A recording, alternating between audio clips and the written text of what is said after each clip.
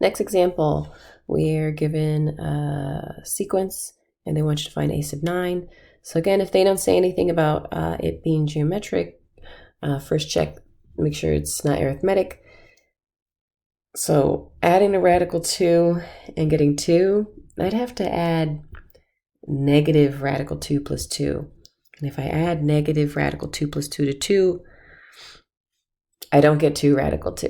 So this is not arithmetic. So the question is this geometric? Well, let's try finding a common ratio. So I'm going to do the ratio of 2 consecutive terms. That's 2 over radical 2. And if you rationalize that, you end up with 2 radical 2 over 2, which reduces to radical 2. So the question is, if I multiply 2 by radical 2, do I get 2 radical 2? Absolutely. So it's geometric. Okay. So now I'm just going to use my formula. A sub n is equal to a sub 1 times r to the n minus 1. I want a sub 9, and a sub 1 is radical 2. So I'm going to multiply that by radical 2 to the 9 minus 1. Or in other words, radical 2 to the 8th power. And if you're a little confused about how to do that, expand it out, okay? I basically have radical 2 to the 9th power.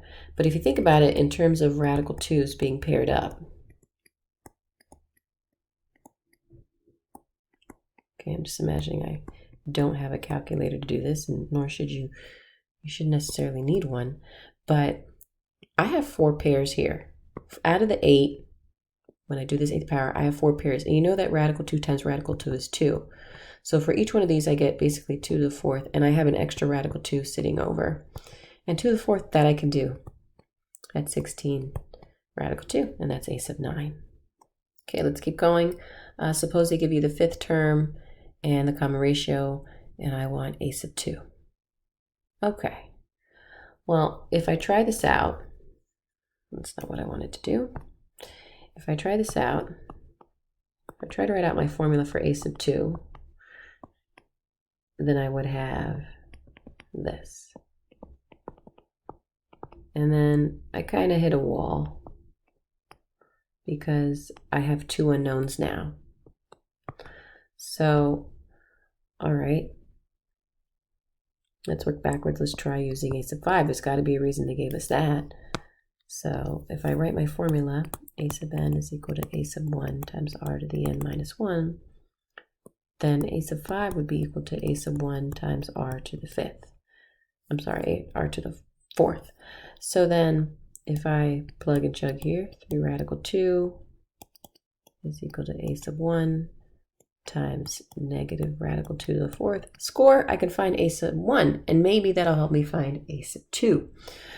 So negative radical 2 to the 4th power, well, each pair of radical 2's becomes a 2.